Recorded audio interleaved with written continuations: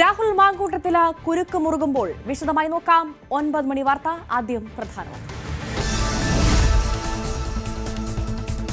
ഗർഭചിത്ര വിവാദത്തിൽ രാഹുൽ മാങ്കൂട്ടത്തിനെതിരെ യുവതി എന്ന മുഖ്യമന്ത്രിക്ക് പരാതി നൽകിയേക്കും. ഗർഭധാരണത്തിനും പിന്നീട് ഗർഭചിത്രത്തിനും രാഹുൽ പ്രേരിപ്പിക്കുന്ന വാട്സ്ആപ്പ് ചാറ്റും ശബ്ദരേഖയും കഴിഞ്ഞ ദിവസം പുറത്തു വന്നിരുന്നു. രാഹുൽ മാങ്കൂട്ടത്തിനെതിരെ കടുത്ത അമർഷത്തിൽ കോൺഗ്രസ് നേതാക്കൾ. നടിയാക്രമിച്ച കേസിൽ വിധി തീയതിയിൽ ഇന്ന് തീരുമാനമായേക്കും. കേസ് വിചാരണ കോടതി പരിഗണിക്കും. പ്രോസിക്യൂഷൻ ആരോപണങ്ങളിലെ സംശയ നിവാരണം അവസാന ഘട്ടത്തിൽ. എത്യോപ്യയിൽ അഗ്നിപർവ്വത സ്ഫോടനം. ഇന്ത്യയടക്കം വിവിധ രാജ്യങ്ങളിൽ വ്യോമഗതാഗതം പ്രതിസന്ധിയിൽ. ചാരപ്പുക പടർന്നതോടെ നിരവധി വിമാന സർവീസുകൾ റദ്ദാക്കി. കണ്ണൂർ അബുദാബി വിമാനം അഹമ്മദാബാദിൽ ഇറക്കി. ഡൽഹിയിലും രാജസ്ഥാനിലും പഞ്ചാബിലും മുന്നറിയിപ്പ്. ധ്വജാരോഹണ ചടങ്ങിനൊരുങ്ങിയ അയോധ്യ. പ്രധാനമന്ത്രി ഇന്ന് പതാക ഉയർത്തും. ചടങ്ങിന് മുന്നോടിയായ മോദിയുടെ റോഡ് ഷോ. സമഗ്ര കവറേജുമായി ന്യൂസ് 18 സംഘം. ശബരിമലയിൽ തിരക്ക് വർദ്ധിക്കുന്നു. 1,18,886 തീർത്ഥാടകരാണ് ഇന്നലെ സന്നിധാനത്ത് ദർശനം നടത്തിയത്. മണ്ഡലകാലം തുടങ്ങി 9 ദിവസത്തിനുള്ളിൽ 7.5 ലക്ഷം തീർത്ഥാടകർ അയ്യനെ കണ്ടു മടങ്ങി. തിരക്ക് കണക്കിലെടുത്ത് ഇന്ന് സ്പോട്ട് ബുക്കിംഗിലൂടെ ദർശനം അനുവദിക്കുന്നവരുടെ എണ്ണം 5000 മാത്രം. ശബരിമല സ്വർണ്ണ കവർച്ച കേസിൽ എൻ വാസുവിന്റെയും കെ എസ് ബൈജുവിന്റെയും ജാമ്യാപേക്ഷ ഇന്ന് പരിഗണിക്കും. കൊല്ലം വിജിലൻസ് കോടതിയാണ് ജാമ്യാപേക്ഷ പരിഗണിക്കുന്നത്. എ പത്മകുമാറിനായുള്ള കസ്റ്റഡി അപേക്ഷ കോടതി നാളെ പരിഗണിക്കും. സിപിഎം പത്തനംതിട്ട ജില്ലാ സെക്രട്ടേറിയറ്റ് യോഗം ഇന്ന്. സിപിഎം സംസ്ഥാന സെക്രട്ടറി എം പി ഗോവിന്ദൻ യോഗത്തിൽ പങ്കെടുക്കും. തെരഞ്ഞെടുപ്പുമായി ബന്ധപ്പെട്ട വിഷയങ്ങൾ യോഗത്തിൽ വിലയിരുത്തും. ശബരിമല സ്വർണ്ണക്കൊള്ള കേസിൽ അറസ്റ്റിലായ മുൻ ജില്ലാ കമ്മിറ്റി അംഗം എ പത്മകുമാറിനെതിരായ നടപടികൾ യോഗത്തിൽ ചർച്ചയായേക്കും. SIR-നെതിരെ കൊൽക്കത്തയിൽ BLO-മാരുടെ പ്രതിഷേധം. ജോലി സമ്മർദ്ദം ചൂണ്ടിക്കാട്ടി മുഖ്യ തെരഞ്ഞെടുപ്പ് ഓഫീസറുടെ ഓഫീസിന് മുൻപിൽ BLO-മാർ പ്രതിഷേധിച്ചു. ജോലി സമ്മർദ്ദത്തെ തുടർന്ന് കഴിഞ്ഞ ദിവസം BLO ആത്മഹത്യ ചെയ്തതിൽ പ്രതിഷേധിച്ചാണ് BLO-മാർ തെരുവിലിറങ്ങിയത്.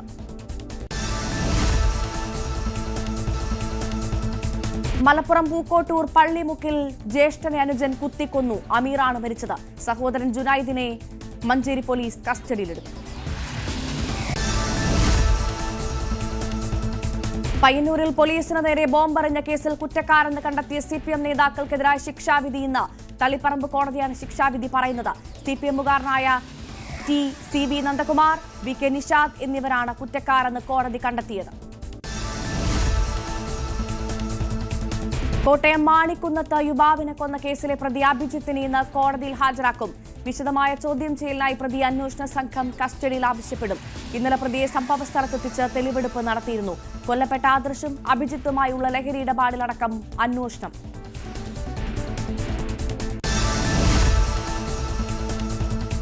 തിരുവനന്തപുരം പാറശാലയിൽ കാറിൽ കടത്താൻ ശ്രമിച്ച 51 കിലോ കഞ്ചാവുമായി യുവാവ് പിടിയിൽ. വെള്ളനാട് സ്വദേശി ശരണാണ് പിടിയിലായത്. പാറശാല കുറുംകൂട്ടിയിൽ വെച്ച് ഡാൻസ് ഓഫ് സംഘം ആണ് പ്രതിയെ പിടികൂടിയത്. ഒഡീഷയിൽ നിന്ന് മൊത്തമായി കഞ്ചാവ് എത്തിച്ച് ആവശ്യക്കാർക്ക് വിതരണം ചെയ്യുന്ന സംഘത്തിലെ പ്രധാന കണ്ണിയാണ് ശരണെന്ന അന്വേഷണ സംഘം.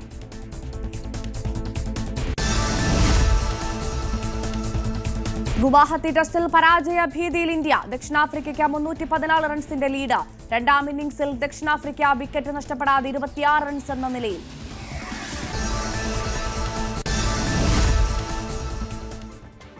വിശദമായി നോക്കാം. ഗർഭചിത്ര വിവാദത്തിൽ രാഹുൽ മാങ്കൂട്ടത്തിനെതിരെ യുവതി എന്ന മുഖ്യമന്ത്രിക്ക് പരാതി നൽകിയേക്കും. ഗർഭധാരണത്തിനും പിന്നീട് ഗർഭചിത്രത്തിനും രാഹുൽ പ്രേരിപ്പിക്കുന്ന വാട്സ്ആപ്പ് ചാറ്റും ശബ്ദരേഖയും കഴിഞ്ഞ ദിവസം പുറത്തു വന്നിരുന്നു. രാഹുൽ മാങ്കൂട്ടത്തിനെതിരെ കടുത്ത അമർഷത്തിലാണ് കോൺഗ്രസ് നേതാക്കൾ. പാർട്ടിക്ക് പുറത്തായ രാഹുൽ തദ്ദേശ തെരഞ്ഞെടുപ്പിൽ പ്രചരണത്തിനിറങ്ങുന്നതിൽ രമേശ് ചെന്നിത്തല അതൃപ്തി പരസ്യമാക്കി കഴിഞ്ഞു. രാഹുലിനെതിരെ ആദ്യം മുതൽ നിലപാടെടുത്ത VD സതീശൻ പുതിയ ശബ്ദരേഖയിൽ പ്രതികരിച്ചിട്ടില്ല. PV അരുൺ നൽകും വാർത്തയുടെ വിവരങ്ങൾ. അരുൺ, പുറത്തുവന്ന ശബ്ദരേഖ പ്രകാരം അതിൽ പറയുന്ന ആൾ ആ യുവതിയോട് ചെയ്തത് ഗുരുതരമായ കുറ്റകൃത്യമാണ് എന്ന് വ്യക്തമാണ്. കൊഗനൈസബിൾ ഒഫൻസ് ആണെന്ന കാര്യത്തിൽ സംശയമില്ല. ആ ഓഡിയോ അത് രാഹുൽ മാങ്കൂട്ടത്തിൻ്റെതാണെങ്കിൽ അയാൾ വലിയ തരത്തിൽ നിയമ നടപടിക്ക് വിധേയമാകേണ്ടി വരും. യുവതി മൊഴി നൽകുകയാണെങ്കിൽ അക്കാര്യത്തിൽ സംശയമില്ല. അത് രാഷ്ട്രീയമായി കോൺഗ്രസിനുണ്ടാക്കാവുന്ന തിരിച്ചടി ചെറുതായിരിക്കില്ല. ഈ യുവതി ഇന്ന് മുഖ്യമന്ത്രിക്ക് പരാതി നൽകാനുള്ള സാധ്യത എത്രമാത്രമുണ്ട്? ഭവ്യ, രാഹുൽ മാങ്കൂട്ടത്തിനെതിരെ പുറത്തു വന്നത് ക്രിമിനൽ കുറ്റം തന്നെയാണ്. അതിൽ കൃത്യമായി മൊഴി ലഭിച്ചാൽ ആ രീതിയിൽ നോൺ ബെയിലബിൾ കേസെടുക്കാൻ കഴിയുന്ന കുറ്റം തന്നെയാണ് രാഹുൽ മാങ്കൂട്ടത്തിനെതിരെ വന്നിരിക്കുന്നത്. ഗർഭിണിയാകാൻ നിർബന്ധിച്ചതിന് പുറമെ ഗർഭഛിദ്രത്തിന് പ്രേരിപ്പിക്കുന്നതാണ് അവിടെ ഏറ്റവും പ്രധാനപ്പെട്ട കുറ്റകൃത്യം. അത് രാഹുൽ മാങ്കൂട്ടത്തിൽ നടത്തിയിട്ടുണ്ട്. രാഹുൽ മാങ്കൂട്ടത്തിൽ ഇന്നലെ ഇത് പുതുമയൊന്നുമില്ലെന്ന് പറഞ്ഞ് ഒഴിഞ്ഞുമാറാൻ ശ്രമിക്കുമ്പോഴും ആ ശബ്ദരേഖ തന്റേതല്ല എന്ന് രാഹുൽ മാങ്കൂട്ടത്തിൽ പറയുന്നില്ല. ആ ചോദ്യങ്ങളോട് അദ്ദേഹം പ്രതികരിക്കുന്നുമില്ല. ഏതായാലും രാഹുൽ മാങ്കൂട്ടത്തിനെതിരെ നടപടി എടുക്കാൻ എല്ലാ തയ്യാറെടുപ്പുകളും പോലീസ് നടത്തുന്നുണ്ട്. പെൺകുട്ടി മുഖ്യമന്ത്രിക്ക് അധികം വൈകാതെ ഇന്ന് പരാതി നൽകാൻ തന്നെയാണ് സാധ്യത. പക്ഷേ ഇന്നലെ വൈകുന്നേരം വരെ മുഖ്യമന്ത്രിയുടെ ഓഫീസിൽ ഈ സമയം ചോദിച്ചിട്ടില്ല എന്നാണ് നമുക്ക് അറിയാൻ കഴിയുന്നത്. ഏതായാലും ഇന്ന് തന്നെ പരാതി നൽകിയേക്കും. കോൺഗ്രസ് നേതൃത്വത്തെ കാണാനും പെൺകുട്ടി ഒരുങ്ങുന്നുണ്ട്. ഈ പരാതി ലഭിച്ചാൽ മാത്രമേ അന്വേഷണ സംഘത്തിന് മുന്നോട്ട് പോകാൻ കഴിയൂ.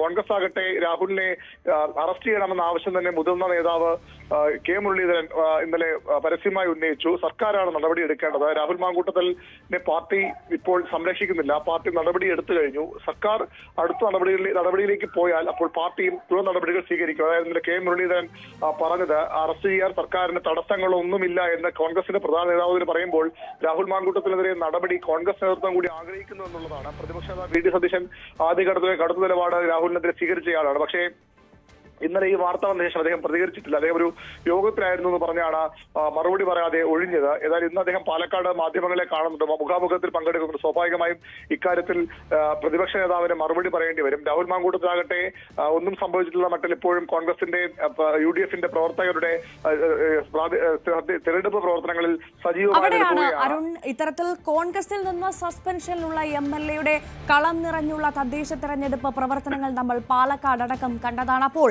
ഈ പാലക്കാട് രാഹുൽ സജീവമാകുമ്പോൾ പ്രതികരിക്കാത്ത, തടയാത്ത കോൺഗ്രസിന് ഇത് വലിയ തിരിച്ചടിയാവുകയല്ലേ? കോൺഗ്രസിന്റെ ഇക്കാര്യത്തിൽ ഒരു ഇരട്ടത്താപ്പ് എന്ന് തന്നെ പറയേണ്ടി വരും. രാഹുൽ പാർട്ടിയിലില്ല, രാഹുലിന് ഒരു സംഘടനാ ചുമതലയുമില്ല എന്ന് പറയുമ്പോഴും എന്തുകൊണ്ട് രാഹുൽ മാങ്കൂട്ടത്തിൽ കോൺഗ്രസ് സ്ഥാനാർത്ഥികളുടെ അടക്കം പ്രചരണത്തിൽ പങ്കെടുക്കുന്ന ചോദ്യത്തിന് ആർക്കും പ്രചരണ പരിപാടികളിൽ പങ്കെടുക്കാൻ കഴിയും, അതിൽ നിന്ന് ആരെയും വിലക്കാൻ കഴിയില്ലെന്ന മറുപടിയാണ് കോൺഗ്രസ് നേതൃത്വം നൽകുന്നത്. അവിടെയാണ് ഇതിലൊരു വൈരുദ്ധ്യമുള്ളത്. എങ്ങനെയാണ് പാർട്ടി ഇത്തരത്തിൽ മോശം പെരുമാറ്റമുണ്ട് ഉള്ളയാളെന്ന് പാർട്ടിക്ക് ബോധ്യപ്പെട്ട അടിസ്ഥാനത്തിലാണ് രാഹുലിനെ മാറ്റി നിർത്തിയതെന്ന് വ്യക്തമാണ്. നേതാക്കൾ പലതവണ അത് പറഞ്ഞിട്ടുമുണ്ട്. ഇത് ഏതെങ്കിലും തരത്തിൽ മാധ്യമ വാർത്തകളോ അല്ലെങ്കിൽ ആരോപണം വന്നതുകൊണ്ടോ മാത്രമല്ല, പാർട്ടിക്ക് രാഹുലിന്റെ മോശം പെരുമാറ്റം, ഇത്തരത്തിലുള്ള മോശം ഇടപെടലുകൾ, സ്ത്രീകളെ നിരന്തരം ഇത്തരത്തിൽ പിന്തുടർന്ന ശല്യം ചെയ്തടക്കമുള്ള നിരവധി പരാതികൾ, തെളിവുകൾ സഹിതം കോൺഗ്രസ് നേതൃത്വം ലഭിച്ചിരുന്നു. അതിന്റെ അടിസ്ഥാനത്തിലാണ് രാഹുലിനെ മാറ്റി നിർത്തിയതെന്ന് പ്രതിപക്ഷ നേതാവ് ഉൾപ്പെടെയുള്ള സ്വയം ബോധ്യത്തിന്റെ അടിസ്ഥാനത്തിലാണ് മാറ്റി നിർത്തിയതെന്ന് പ്രതിപക്ഷ നേതാവ് അടക്കമുള്ള മുതിർന്ന നേതാക്കൾ തന്നെ പലതവണ പറഞ്ഞതാണ്. പക്ഷേ അങ്ങനെ ഈ മോശം സ്വഭാവമുള്ള വ്യക്തിത്വമുള്ള ഒരാളെ എങ്ങനെയാണ് കോൺഗ്രസിന്റെ പ്രചരണ പരിപാടികളിൽ പങ്കെടുക്കുന്ന ചോദ്യത്തിനാണ് കോൺഗ്രസ് നേതൃത്വം കൃത്യമായ മറുപടി പറയാൻ കഴിയാതെ പോകുന്നത്. എങ്ങനെയാണ്, എന്ത് വിശ്വസിച്ചാണ് അയാൾക്കൊപ്പം പെൺകുട്ടികൾ ഇപ്പോഴും പ്രവർത്തിക്കുന്ന ചോദ്യത്തിനാണ് കോൺഗ്രസ് നേതൃത്വത്തിന് മറുപടി പറയാൻ കഴിയാതെ പോകുന്നത്. അവിടെ ഒരു വൈരുദ്ധ്യം അവരുടെ മറുപടിയിലുണ്ട്. ഏതായാലും ഇത് കാര്യമാക്കാനില്ല, തെരഞ്ഞെടുപ്പ് സ്റ്റണ്ട് എന്നൊരു സൂചന കൂടി ഇന്നലെ മുരളീധരൻ നൽകുമ്പോഴും കൃത്യമായ ഒരു പ്രതിരോധത്തിലാണ് കോൺഗ്രസ് ഈ വിഷയത്തിൽ. എത്രനാൾ ഇങ്ങനെ രാഹുലിനെ സംരക്ഷിച്ച് മുന്നോട്ട് പോകും, അല്ലെങ്കിൽ രാഹുലിനെതിരെ നടപടി എടുത്തു എന്ന് പറഞ്ഞ് മാത്രം മുന്നോട്ട് പോകും? സംഘടന പുറത്താക്കാനോ അല്ലെങ്കിൽ തയ്യാറാകാതെയും പാർട്ടി ഓഫീസുകളിലെയും പാർട്ടി പരിപാടികളിലെയും ഒക്കെ പ്രധാന പങ്കാളിത്തം രാഹുൽ മാങ്കൂട്ടത്തിന് നൽകിക്കൊണ്ട് മുന്നോട്ട് പോകാനുള്ള ചോദ്യമാണ് ഇപ്പോൾ ഉയരുന്നത്. പ്രതിപക്ഷ നേതാവിന്റെ പ്രതികരണം വളരെ നിർണായകമാണ്. സർക്കാരാകട്ടെ പരാതി കിട്ടിയാൽ അപ്പോൾ കേസെടുക്കാനും അറസ്റ്റ് ചെയ്യാനും അടക്കമുള്ള തയ്യാറെടുപ്പിലാണ്. പക്ഷേ അന്വേഷണ സംഘവും സർക്കാരും ഇപ്പോൾ തടസ്സമായുള്ളത് രാഹുലിനെതിരെ കൃത്യമായ ഒരു പരാതി നൽകാൻ ആരും തയ്യാറായിട്ടില്ല എന്നുള്ളതാണ്. അരുൺ, ഈ മൊഴിയില്ല എന്നതാണല്ലോ ഈ കേസ് മുന്നോട്ട് പോകാത്തതിന് കാരണമായി ഇതുവരെ പറഞ്ഞത്. അങ്ങനെയാകുമ്പോൾ ഇനി ഈ പെൺകുട്ടി മൊഴി നൽകാൻ, യുവതി മൊഴി നൽകാൻ തയ്യാറാണെങ്കിൽ, മുഖ്യമന്ത്രിക്ക് ഈ പെൺകുട്ടി കേസ് കൊടുക്കുകയാണെങ്കിൽ ഏത് തരത്തിൽ കേസ് മുന്നോട്ട് പോകുമെന്നാണ് മനസ്സിലാക്കാൻ സാധിക്കുന്നത്. എന്നാൽ ഇപ്പോൾ വന്ന ഈ സംഭാഷണം രാഹുലിന് നിഷേധിക്കാൻ സാധിക്കുന്നതല്ല, അത് നിഷേധിച്ചിട്ടുമില്ല എന്നതാണ് ശ്രദ്ധേയം. മുഖ്യമന്ത്രിക്ക് പരാതി ലഭിച്ചാൽ സ്വാഭാവികമായും അദ്ദേഹം അത് താഴേക്ക് സംസ്ഥാന പോലീസ് മേധാവിയോട് അന്വേഷിക്കാൻ ആവശ്യപ്പെടും. ഇപ്പോൾ തന്നെ ഒരു പ്രത്യേക സംഘം ഈ കേസ് അന്വേഷിക്കുന്നുണ്ട്. അവർക്ക് വളരെ പ്രധാനപ്പെട്ട ഒരു പരാതിയായി മാറും. പിന്നീട് പെൺകുട്ടിയുടെ മൊഴിയെടുക്കലാകും അടുത്ത ഘട്ടം. അതിനെ തുടർന്ന് രാഹുലിനെ ചോദ്യം ചെയ്യാനും വേണ്ടി വന്നാൽ അറസ്റ്റ് ചെയ്യാനും ഒക്കെ അന്വേഷണ സംഘത്തിന് കഴിയുകയും ചെയ്യും. പരാതിയാണ് ഏറ്റവും പ്രധാനപ്പെട്ടത്. ഇത്രയും നാൾ അന്വേഷണ സംഘത്തെ അതിൽ നിന്ന് ഈ രാഹുലിനെതിരെ നടപടിയെടുക്കുന്നതും തടസ്സപ്പെടുത്തിയത്, വിലക്കിയത് കൃത്യമായ ഒരു പരാതി ഇല്ല എന്നുള്ളതാണ്. പരാതി നൽകാൻ പെൺകുട്ടി തയ്യാറെടുക്കുന്നു തന്നെയാണ് നമുക്ക് ലഭിക്കുന്ന വിശ്വസനീയമായ വിവരം. ഈ ദിവസങ്ങളിൽ തന്നെ പെൺകുട്ടി മുഖ്യമന്ത്രിക്കും അതുപോലെ തന്നെ കോൺഗ്രസ് നേതൃത്വത്തിനുമൊക്കെ നേരിട്ട് പരാതി നൽകാൻ ഒരുങ്ങുകയാണ്. അങ്ങനെ വന്നാൽ തീർച്ചയായിട്ടും അന്വേഷണ സംഘത്തിന് അത് വളരെ പ്രധാനപ്പെട്ട ഒരു സഹായമായി മാറും. മാത്രമല്ല, രാഹുൽ മാങ്കൂട്ടത്തിൽ എവിടെ ചോദിക്കുന്ന, രാഹുൽ മാങ്കൂട്ടത്തിലും അയാളെ അനുകൂലിക്കുന്ന സാമൂഹ്യ മാധ്യമ ടീമും ഒക്കെ ചോദിക്കുന്ന എവിടെ പരാതി എന്ന ചോദ്യത്തിലുള്ള മറുപടിയായി കൂടി അത് മാറും. ആ പരാതി വന്നാൽ സർക്കാരിന് ഒരു കാരണവശാലും പിന്നോട്ട് പോകാൻ കഴിയില്ല. അത്രയധികം ആവശ്യം കോൺഗ്രസിനുള്ളിൽ നിന്ന് പോലും ഈ രാഹുലിന്റെ അറസ്റ്റിന് വേണ്ടി ഉയരുന്നുണ്ടെന്നാണ് വസ്തുത. മുരളീധരനെ പോലെ പ്രധാന നേതാക്കൾ തന്നെ രാഹുലിനെ അറസ്റ്റ് ചെയ്യുന്ന സർക്കാരിനെ വെല്ലുവിളിക്കുക അക്ഷരത്തിൽ ചെയ്തിരിക്കുന്നത്. കോൺഗ്രസ് അങ്ങനെ വന്നാൽ അടുത്ത നടപടികളിലേക്ക്, അതായത് പോലീസ് കേസ് ആവുകയാണെങ്കിൽ രാഹുലിനെ പുറത്താക്കുമെന്ന സൂചനയാണ് ഇന്നലെ കെ മുരളീധരൻ നൽകിയത്. രാഹുലിനെ സംരക്ഷിക്കുന്നവർക്കും ആ ഘട്ടത്തിൽ ഒന്നും ചെയ്യാൻ കഴിയാതെ പോവുകയും ചെയ്യും. അതാണ് ഇനി എന്ത് സംഭവിക്കുമെന്നുള്ളതാണ് കാത്തിരുന്ന് കാണേണ്ടത്. ഏത് തരത്തിൽ ഇത് രാഹുൽ മാങ്കൂട്ടത്തിന് കുരുക്കാകുമെന്നാണ് അറിയാനുള്ളത്. എന്തായാലും പോലീസിന് സ്വയം കേസെടുക്കാൻ സാധിക്കുന്നതാണ്, അതായത് പരാതി ഇല്ലെങ്കിൽ പോലും പോലീസിന് സ്വയം കേസെടുക്കാൻ സാധിക്കുന്ന കൊഗനൈസബിൾ ഒഫൻസ് ആണ് സംഭവിച്ചെന്ന കാര്യത്തിൽ സംശയമില്ല. എന്തായാലും വലിയ തരത്തിൽ ഈ പെൺകുട്ടി യുവതി മുഖ്യമന്ത്രിക്ക് പരാതി നൽകുകയാണെങ്കിൽ ഇത് ഇനി ഏത് തരത്തിലേക്കായിരിക്കും രാഹുൽ മാങ്കൂട്ടത്തിന് കുരുക്കാവുക എന്നതാണ് കാത്തിരുന്ന് കാണേണ്ടത്. വി അരുണാണ് വാർത്തയുടെ വിശദാംശങ്ങൾ നൽകിയത്. മറ്റൊരു പ്രധാനപ്പെട്ട വാർത്തയിലേക്ക് പോകുന്നു. എറണാകുളം നോർത്ത് റെയിൽവേ സ്റ്റേഷനിൽ പെൺകുട്ടിയോട് ലൈംഗിക അതിക്രമം നടത്തിയ ആൾ പിടിയിൽ. തിരുവനന്തപുരം കീഴാരൂർ സ്വദേശി സജീവാണ് അറസ്റ്റിലായത്.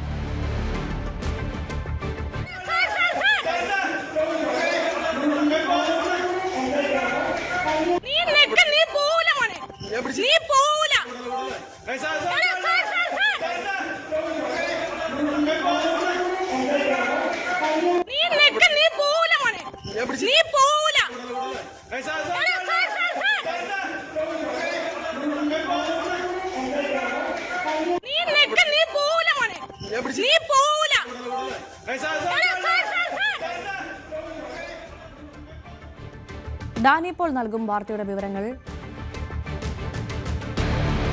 ഡാനി, ഇത് എങ്ങനെയാണ് ഈ പെൺകുട്ടിക്ക് ഒരു മോശം അനുഭവം ഉണ്ടായത്?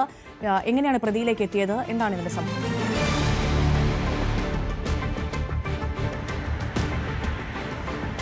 ഭവ്യ, കഴിഞ്ഞ ദിവസമാണ് ഈ സംഭവത്തിൽ നടക്കുന്നത്. എറണാകുളം നോർത്ത് റെയിൽവേ സ്റ്റേഷനിൽ വെച്ചാണ്. അവിടെ തൃശ്ശൂരിലേക്ക് പോകാൻ വന്നിരുന്ന പെൺകുട്ടി അത് പൂനെ എക്സ്പ്രസിൽ കയറുകയായിരുന്നു ഉച്ചയോടുകൂടി.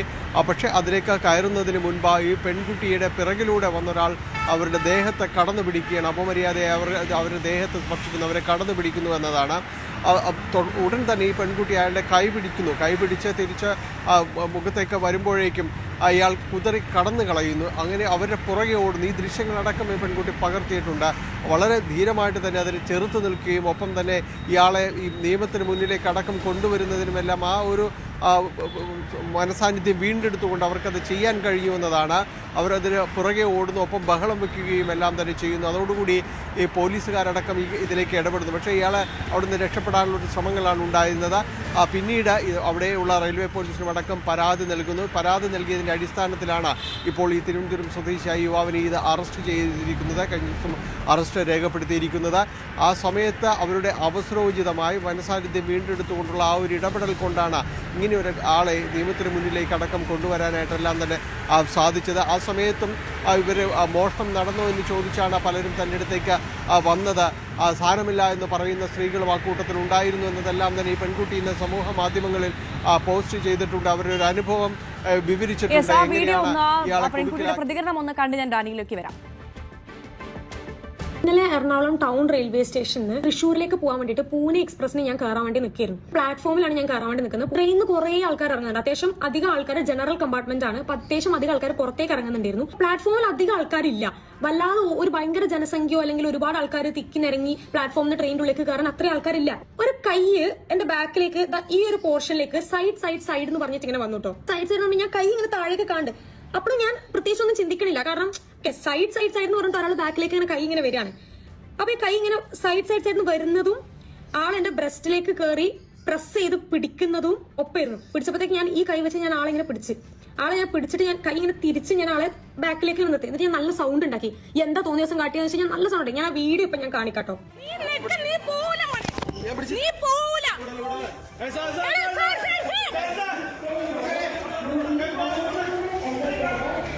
അപ്പൊ ഞാൻ ഇത്രയും സൗണ്ട് ഉണ്ടാക്കിയപ്പോഴത്തേക്ക് ആൾ ആദ്യം ഒന്നും പറഞ്ഞില്ല. പിന്നെ ആൾക്കാരൊക്കെ കൂടാൻ തുടങ്ങിയപ്പോഴത്തേക്ക് ആള് പറഞ്ഞു ഇല്ല ഇല്ല ഇല്ല, അങ്ങനെ തന്നെ വീണ്ടും വീണ്ടും റിപ്പീറ്റ് ചെയ്യാൻ വേണ്ടി തുടങ്ങി. അത് ആള് പിടിച്ചിട്ടില്ല എന്നുള്ള രീതിയിൽ. അപ്പം ആളെ പിടിക്കാൻ പോയ ഗ്യാപ്പില് ഫുൾ ബ്ലാങ്ക് ആയിപ്പോയി. കാരണം ആളിന്റെ കയ്യിൽ നിന്ന് ഓടുകയും ചെയ്ത് ഫുൾ ബ്ലാങ്ക് ആയപ്പോ അവിടെ നിന്നൊരു ചേച്ചി ഇങ്ങനെ പറയണ്ടായിരുന്നു, സാരില്ല മോളെ, അതൊന്നും ഒരു പ്രശ്നമുള്ള കാര്യമല്ല, സാരില്ല, എന്തായാലും മാലി അങ്ങനത്തെ ഒന്നല്ലല്ലോ പൊട്ടിച്ചത്, അതുകൊണ്ട് പ്രശ്നമില്ല എന്ന് പറഞ്ഞു. ദേഷ്യം വന്നപ്പോഴത്തേക്ക് ഞാൻ നല്ലോണം സൗണ്ട് റേസ് ചെയ്തിട്ട് പറഞ്ഞു അവളെന്റെ മാല പൊട്ടിച്ചതല്ല, അവളെന്റെ ബ്രസ്റ്റിൽ കയറി പിടിക്കുകയാണ് ചെയ്തതെന്ന് ഞാൻ പറഞ്ഞു. പോലീസുകാരൊക്കെ എനിക്ക് എങ്ങനെയാ അവരോട് നന്ദി പറയേണ്ടതെന്ന് അറിയില്ല. ഭയങ്കര നല്ല പോലീസുകാരായിരുന്നു. എറണാകുളം ടൗൺ റെയിൽവേന്ന് ഞാൻ പരാതി എഴുതി. അത് തൊപ്പി വെച്ചിട്ടുണ്ടായിരുന്നു. പക്ഷെ തിരിച്ച് സ്റ്റേഷന്റെ ഉള്ളിൽ കയറിയപ്പോഴത്തേക്ക് ആള് തൊപ്പിയൊക്കെ വെച്ച് ഭയങ്കര മാന്യനായി, ഭയങ്കര അങ്ങനെയൊക്കെ ഇരിക്കുന്നു. പിന്നെ ആള് പറയാൻ തുടങ്ങി, ആളുടെ പുരാണ കഥകൾ പറയാൻ തുടങ്ങി. എനിക്ക് എന്റെ ഭാര്യയുണ്ട്, എന്റെ കുട്ടിയുണ്ട്, എന്റെ ഭാര്യ മക്കളറിഞ്ഞ ഇത് ഭയങ്കര സഹിക്കൂല, അങ്ങനെ ഇങ്ങനെ എന്ന് പറഞ്ഞിട്ട് ആളുടെ പഴംപുരാണ കഥകളൊക്കെ ഇങ്ങനെ പറയാൻ തുടങ്ങി. ഞാൻ ഇട്ട ഡ്രസ്സ് എന്താ പറയുക, ഞാൻ ഈ ജേഴ്സി ഇട്ടത്. ഞാൻ ഈ ജേഴ്സി ഇട്ടിച്ചാണ്, അതും സമയം 3:30, വൈകുന്നേരം 3:30, ആ ഒരു നട്ടുച്ച വൈകുന്നേരം സമയമാണ്. കംപ്ലൈന്റ് രജിസ്റ്റർ ചെയ്ത് കഴിഞ്ഞാൽ ഇതൊരു റിമാൻഡിൽ പോണ ഒരു കേസാണ്. സോ അങ്ങനെ ആയതുകൊണ്ട് കോടതിയിലേക്കൊക്കെ കയറി ഇറങ്ങേണ്ടി വരും എന്നുള്ളൊരു കാര്യം ജസ്റ്റ് സൂചിപ്പിച്ചു. ഞാൻ പറഞ്ഞു എനിക്ക് കുഴപ്പമില്ല, ഞാൻ കോടതിയിലേക്ക് വരാൻ റെഡിയാണ് എന്ന് ഞാൻ പറഞ്ഞിട്ടുണ്ട്. ഇത് ആളുടെ ആദ്യത്തെ ഒരു സംഭവമാണെന്ന് എനിക്ക് തോന്നുന്നില്ല. അങ്ങനെ ആളുടെ പേരിൽ FIR രജിസ്റ്റർ ചെയ്തു. ഒരു കാര്യത്തിൽ ഞാൻ ഭയങ്കര പ്രൗഡാണ്. ഒരു പക്ഷെ ഞാൻ ഒന്നും സംസാരിക്കാണ്ട് ഞാൻ അവിടുന്ന് അയാൾ എന്നെ പിടിച്ചു എന്നുള്ള ഒരു സാധനം കൊണ്ട് ഞാൻ ആ കുറ്റബോധത്തിൽ ഞാൻ ആ ട്രെയിനിൽ കയറി തൃശ്ശൂരിലേക്ക് എത്തിയിരുന്നു.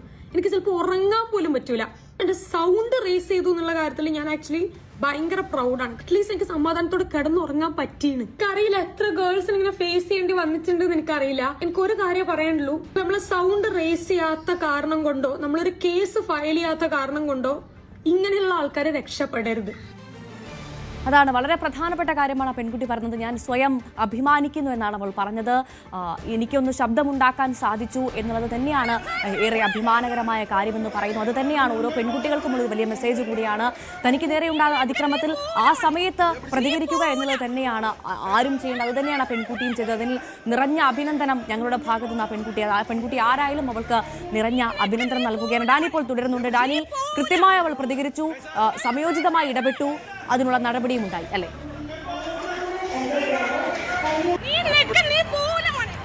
തീർച്ചയായും അതിനുള്ള നടപടി ഉണ്ടായിരിക്കും. നമുക്ക് ആ പെൺകുട്ടിയുടെ വോയിസ് ഇപ്പോഴും കേൾക്കാം. നീ പോകില്ല പോലെന്ന് വളരെ നിശ്ചയദാർഢ്യത്തോടു കൂടി അവൾ വിളിച്ചു പറയുന്നുണ്ട്. അതൊരു സന്ദേശമായിരിക്കണം. കാരണം ഈ പെൺകുട്ടികൾ അവർക്ക് നേരെ ഉണ്ടാകുന്ന അതിക്രമങ്ങൾക്കെതിരെ ഉയരുന്ന ശബ്ദങ്ങൾക്ക് തീർച്ചയായും സമൂഹം കൂടി ഒപ്പം നിൽക്കുമ്പോൾ ഇത്തരം ആളുകൾ, അതായത് പൊതുനിരത്തിൽ വെച്ച് പൊതു ഇടത്തിൽ വെച്ച് ഒരു പെൺകുട്ടിയെ കയറി പിടിക്കാനായിട്ട് അത്രമാത്രം ആ രീതിയിലേക്കെല്ലാം കാര്യങ്ങൾ നീങ്ങണമെങ്കിൽ തീർച്ചയായും അതിൽ വീഴേണ്ട കൈവലങ്ങൾ തന്നെയാണ്, ഒരു സംശയവുമില്ല. അത് പെൺകുട്ടികൾ തന്നെ ഉറക്കെ പറയാൻ, ഇപ്പോൾ ഈ പെൺകുട്ടിയെ പോലെ തന്നെ അത് ഉറക്കെ പറയാൻ ആർജവത്തോടെ വിളിച്ചു പറയുന്നു.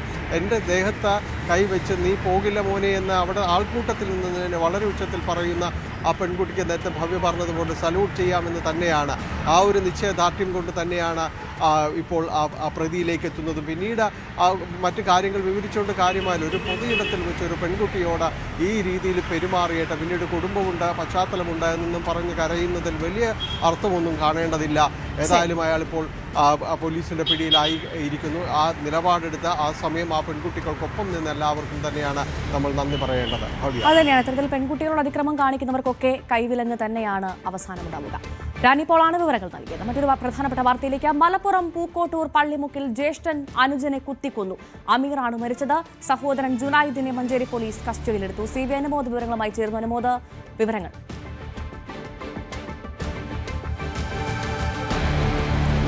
ഭവ്യ, ഇന്ന് രാവിലെ 5 മണിയോടെയാണ് ഈ സംഭവം നടന്നത്. ജുനൈദ് 28 വയസ്സ്. അദ്ദേഹം അപ്പോൾ മഞ്ചേരി പോലീസിന്റെ കസ്റ്റഡിയിലാണുള്ളത്. സഹോദരൻ അമീർ 26 വയസ്സാണുള്ളത്. ഇവർ തമ്മിൽ വീട്ടിലെ സാമ്പത്തിക ബാധ്യതകളും കടവും തമ്മിൽ ഉണ്ടായ ചില പ്രശ്നങ്ങളെ തുടർന്ന് വഴക്കായിരുന്നു. ആ വഴക്കിനെ തുടർന്നാണ് ഈ ഒരു കയ്യാങ്കളിയിലേക്ക് എത്തുകയും കത്തി ഉപയോഗിച്ച് അനുജനെ ഇയാൾ കുത്തിയത് എന്നുമാണ് അറിയാൻ കഴിയുന്നത്. അതിനുശേഷം ഇയാൾ തന്നെ നേരിട്ട് മഞ്ചേരി പോലീസിലെത്തി കീഴടങ്ങുകയായിരുന്നു. മറ്റെന്തെങ്കിലും പ്രശ്നങ്ങൾ, ഈ സാമ്പത്തിക ബാധ്യതയും കടവും അതേ തുടർന്നുള്ള പ്രശ്നങ്ങളല്ലാതെ മറ്റെന്തെങ്കിലും വിഷയങ്ങൾ ഇവർ തമ്മിൽ ഉണ്ടായിട്ടുണ്ടോ എന്നുള്ളതും പോലീസ് ഇപ്പോൾ അന്വേഷിക്കുന്നുണ്ട്. ഈ ആദ്യഘട്ടത്തിൽ ഈ ജുനൈദിൽ നിന്നും ലഭിച്ച മൊഴി അത് പരസ്പര ബന്ധമില്ലാത്ത തരത്തിലാണ്. ഒരുപക്ഷെ ഈ കൊലപാതകം നടന്നതിൻ്റെ കുറച്ച് മണിക്കൂറുകൾക്ക് പിന്നാലെയാണ് അദ്ദേഹം അല്ലെങ്കിൽ ഈ പോലീസ് ഹാജരായത്. സ്വാഭാവികമായിട്ടും ആദ്യത്തെ ചില മണിക്കൂറുകളിൽ പോലീസിന് കൃത്യമായിട്ടുള്ള വിവരങ്ങൾ മൊഴിയിൽ ലഭിച്ചിട്ടില്ല.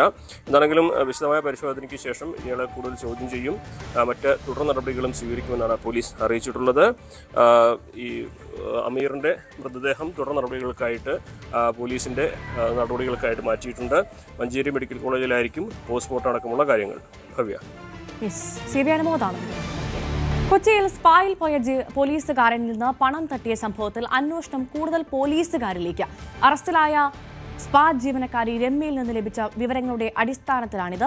സ്പായിലെത്തുന്നവരുടെ വിവരങ്ങൾ ശേഖരിച്ച് ഇവർ പോലീസുകാർക്ക് കൈമാറിയിരുന്നു. ഡാനി ഇപ്പോൾ വിവരങ്ങൾ വായിച്ചിരുന്നു. ഡാനി, ഇത് അപ്പോൾ ഒരു SIയിലോ അല്ലെങ്കിൽ അയാളുടെ സഹായിലോ മാത്രം അവസാനിക്കുന്നതല്ല, ഇതിലൊരു പോലീസുകാരുടെ നീണ്ട നിര തന്നെ ഉണ്ട് എന്നാണോ ഇപ്പോൾ മനസ്സിലാക്കാൻ സാധിക്കുന്നത്?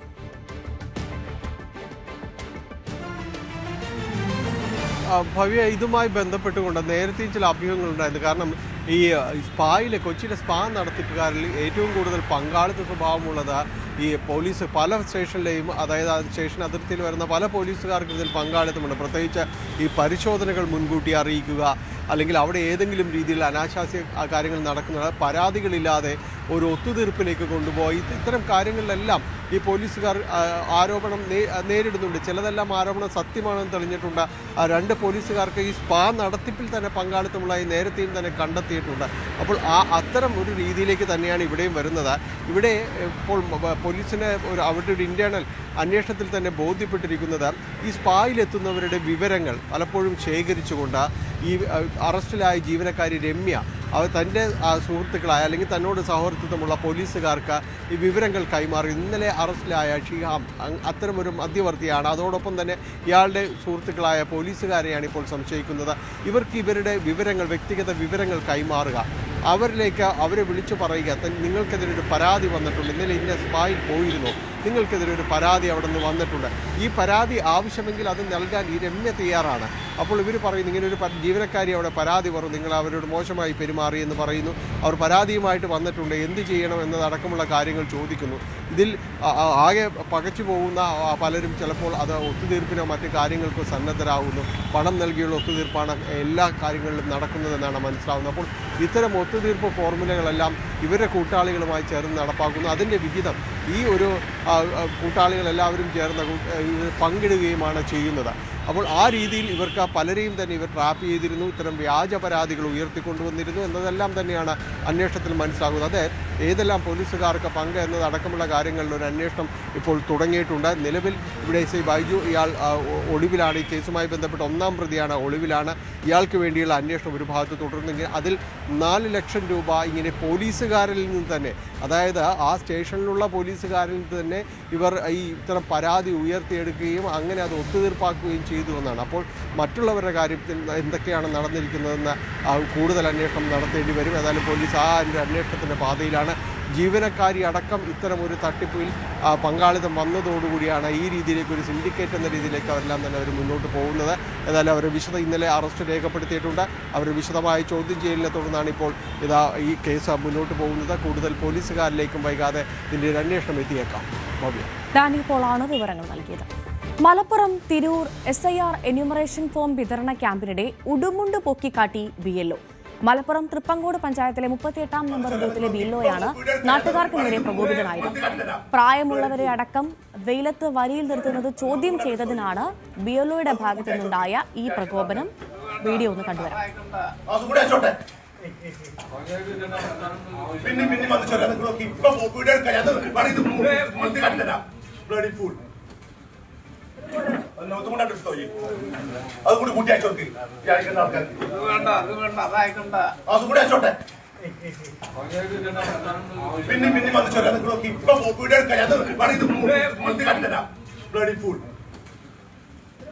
VK ജിഷാദ് വിവരങ്ങളുമായി ചേർന്നു. ജിഷാദ്, BLOമാർക്കുണ്ടാകുന്ന വലിയ തരത്തിലുള്ള ബുദ്ധിമുട്ടുകൾ നമ്മൾ വാർത്തയാക്കിയിട്ടുണ്ട്. അതുമായി ബന്ധപ്പെട്ടുള്ള അവരുടെ മാനസിക സംഘർഷങ്ങൾ നമ്മൾ വാർത്തയാക്കിയിട്ടുണ്ട്. പക്ഷേ ഇത് അംഗീകരിക്കാൻ സാധിക്കുന്നതല്ല. എന്താണ് സംഭവിച്ചത്? Bhavya, Tirur SIR numeration form വിതരണ ക്യാമ്പിനിടെയാണ് ഈ സംഭവം നടക്കുന്നത്. തിരൂർ തൃപ്പങ്ങോട് പഞ്ചായത്തിലെ 38 നമ്പർ ബൂത്തിലാണ് BLO നാട്ടുകാർക്ക് നേരെ ഈ പ്രകോപനം സൃഷ്ടിച്ചത്. പ്രായമുള്ളവരടക്കം വെയിലത്ത് വരിയിൽ നിൽക്കുമ്പോഴാണ് ഈ സംഭവം നടക്കുന്നത്. തൃപ്പങ്ങോട് സ്വദേശി വാസുദേവ് ആണ് ഈ സ്ത്രീകൾക്ക് നേരെ ഉടുമുണ്ട് പൊക്കി ഈ അസഭ്യം കാണിച്ചത്. വാസുദേവനോട് സംസാരിച്ചപ്പോൾ താൻ മാനസിക സമ്മർദ്ദത്തിലായിരുന്നുവെന്നും തന്റെ കുടുംബക്കാരിൽ ഒരാളാണ് വീഡിയോ പകർത്തിയതെന്നും വാസുദേവ് പ്രതികരിച്ചിട്ടുണ്ട്. തനിക്ക് പനിയായതിനാൽ ഈ എനിമറേഷൻ ഫോമുകൾ ഫിൽ ചെയ്ത് തിരിച്ച് മേടിക്കാൻ തനിക്ക് സാധിച്ചിരുന്നില്ല. അതിനാലാണ് താൻ ഈ ക്യാമ്പ് നടത്തിയത്.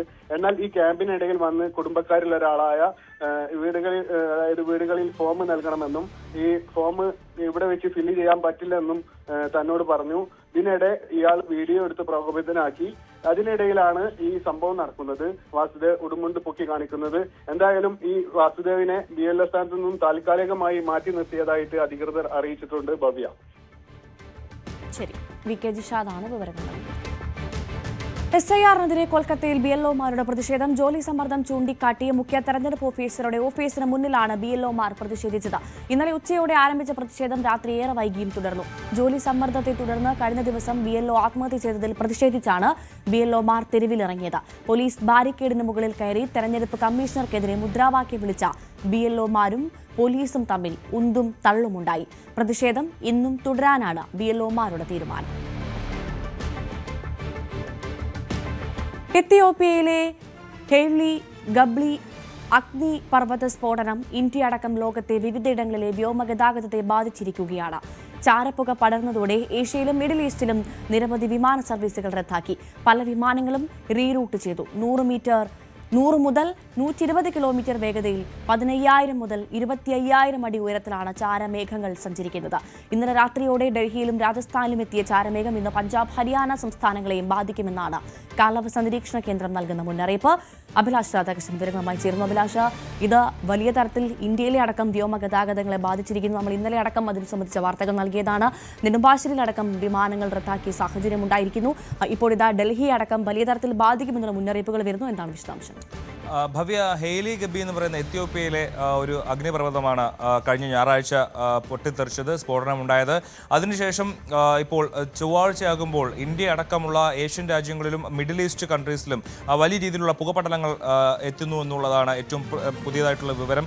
100 മുതൽ 120 കിലോമീറ്റർ വരെ വേഗത്തിൽ 15,000 മുതൽ 25,000 വരെ അടി ഉയരത്തിലാണ് ഈ കറുത്ത പുക അടങ്ങുന്ന മേഘം സഞ്ചരിച്ചുകൊണ്ടിരിക്കുന്നത്. ഇതുകൊണ്ട് തന്നെ വ്യോമഗതാഗതം വലിയ രീതിയിൽ താറുമാറായ ഒരു സാഹചര്യമാണ് ഇപ്പോൾ ഉള്ളത്.